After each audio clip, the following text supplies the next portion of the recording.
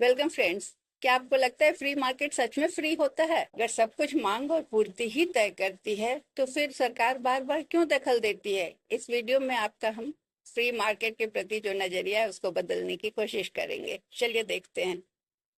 और अगर आपको ये आसान भाषा में इकोनॉमिक्स समझना है तो इस चैनल को सब्सक्राइब करें और वीडियो को लाइक और शेयर करें। The phrase free market is not always free highlights a fundamental paradox in economics. A completely unregulated hands-off market that is laissez-faire rarely stays fair, competitive, or truly free for everyone. So theory suggests that Adam Smith's invisible hand will perfectly balance supply and demand. Real world markets are prone to systematic failures. So, we will explain why. The rise of monopolies and oligopolies. In a theoretically free market, perfect competition keeps prices low and quality high. However, without regulation, successful firms naturally grow larger, leverage economies of scale, buy out competitors, and erect high barriers to entry.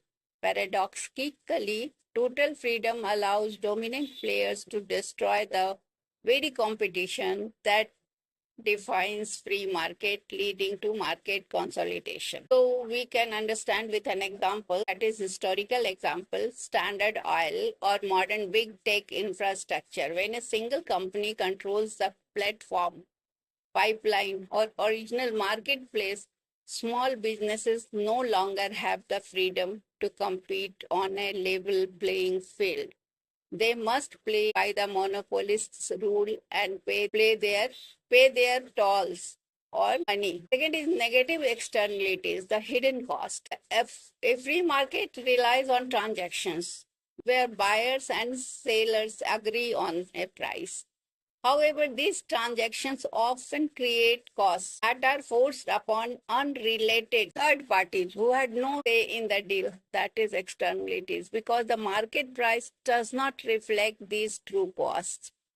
The market overproduces harmful goods. For example, industrial pollution and fast fashion. A factory might sell cheap clothes to consumers by dumping toxic dyes into a local river. The consumer gets a cheap shirt and the factory makes a profit. Two parties are here. One is getting cheap shirt and other is making profit. However, the local community who live by the side of river have to pay the cost through ruined drinking water and health issues. The market failed to account for the true cost of production. Third is asymmetric information. For a free market to work efficiently, both the buyers and the seller must have access to perfect or at least equal information. Both. When one party knows significantly more than the other, they can exploit this imbalance. Consumers loses the freedom of an informed choice. For example, healthcare or pharmaceutical industry. A patient cannot easily shop around or negotiate the price of a life-saving drug or emergency surgery. They lack medical knowledge to judge if a test is strictly necessary, and they cannot afford to vote their feet when their health is on the line. So the seller holds all power. Fourth is the problem of public goods. Free markets excel at distributing private goods where you can exclude people who don't pay. They fail drastically at providing public goods, things that are non-excludable and non-rivalrous, like national defense, street lighting, or basic scientific research.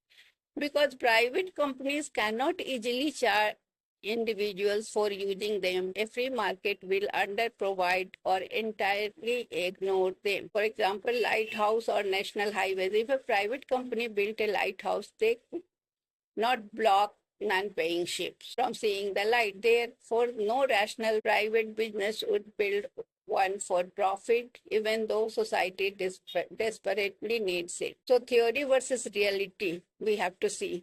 Market element is competition.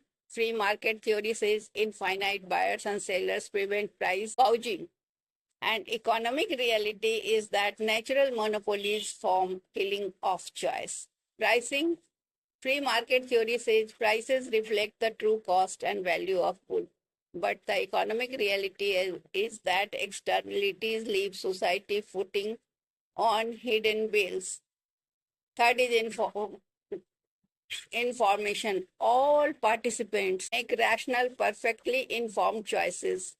Information asymmetry in the free market, but in the economic reality sense, it is information asymmetry allows exploitation. So ultimately, economists recognize that for a market to remain competitive, transparent, and genuinely free for all participants, it ironically requires a framework of rules, property rights, selective government interventions to correct these natural failures. So you have understood whether a free market is true or not.